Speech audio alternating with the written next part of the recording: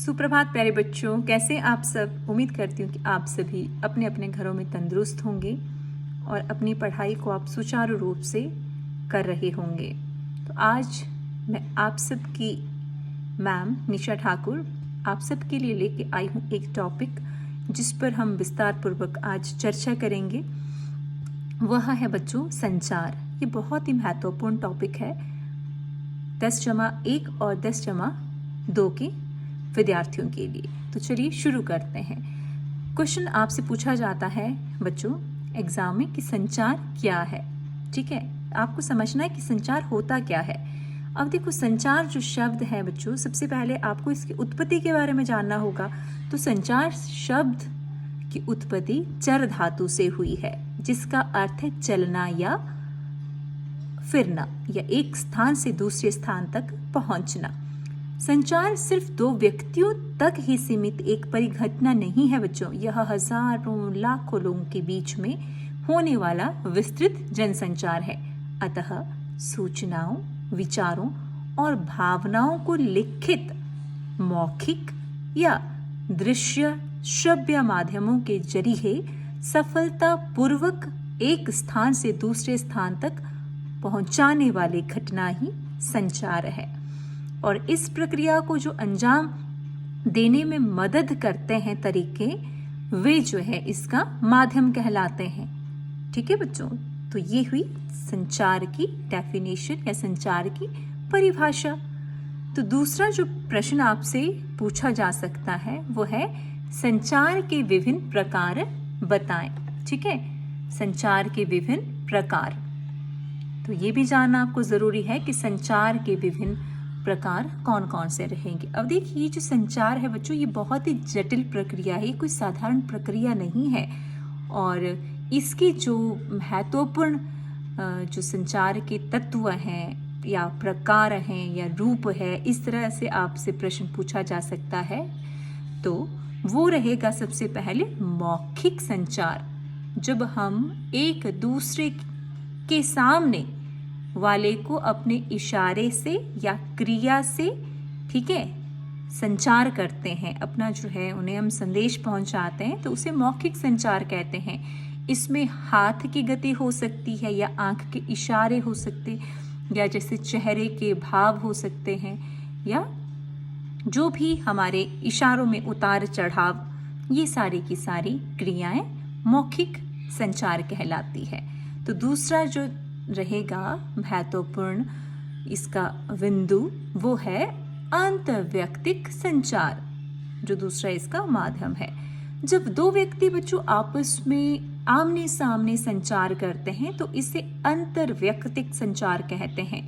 इस संचार की मदद से आपसी संबंध विकसित होते हैं और रोजमर्रा की हमारी जरूरतें भी पूरी होती है। संचार क्या यह रूप बच्चों पारिवारिक और सामाजिक रिश्तों की बुनियाद होती है। और तीसरा है समूह संचार, जैसे कि नाम से ही आपको आभास हो रहा होगा। इसमें एक समूह आपस में विचार विमर्श या बच्चों चर्चा करता है। कक्षा समूह इसका सबसे अच्छा उदाहरण है। इस रूप का प्रयोग समाज और देश के सामने उपस्थित समस्याओं को बातचीत या बहस के माध्यम से हल करने के लिए होता है।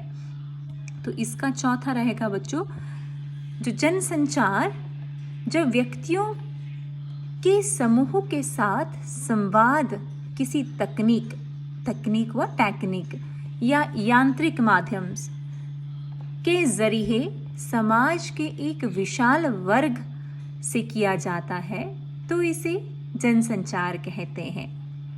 और इसमें एक संदेश को यांत्रिक माध्यम के जरिए बहुगुणित किया जाता है ताकि उसे अधिक से अधिक लोगों तक पहुंचाया जा सके। जैसे हम अखबार पढ़ते हैं, अखबार के जरिए हमें देश विदेश की जानकारियाँ प्राप्त होती है, रेडियो सुनते हैं, टेलीविज़न देखते हैं, सिनेमा देखते हैं, इंटरनेट चलाते हैं, तो उससे हमें घर बैठे ही सारे विश्व की जानकारियाँ प्राप्त हो जाती है। ठीक है बच्चों, तो जो लास्ट हम डिस्कस करेंगे आज के इस वीडियो के माध्यम से वो है जनसंचार की विशेषताएं। तो देखो बच्चों, जनसंचार की जो विशेषता रहेगी वो इस प्रकार से होगी, जो जनसंचार माध्यमों के जरिए प्रकाशित या प्रसारित संदेशों की जो प्रकृति सार्वजनिक होती है। ठीक है, आपको पता है कि वो कोई आपका इंडिविजुअल नहीं रहता है, वो सार्वजनिक होता है। जो भी उसमें पब्लिश होता है उसे सभी लोग देख सकते हैं, पढ़ सकते हैं।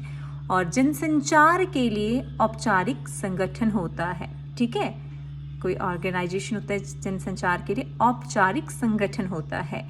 और इस माध्यम के लिए अनेक द्वारपाल होते हैं। द्वारपाल क्या होता है? द्वारपाल वह व्यक्ति होता है या व्यक्तियों का समूह होता है जो जनसंचार माध्यमों से प्रकाशित या प्रसारित होने वाली सामग्री को या तो नियंत्रित करता है या निर्धारित करता है। जैसे आप न्यूज़ देखते होंगे तो न्यूज़ चैनल्स के बहुत सारे रिपोर्टर होते हैं, ठीक है, जो क्या करते हैं, जगह जगह की सूचनाओं को एकत्रित करके फिर जो है प्रसारण में मदद करते हैं।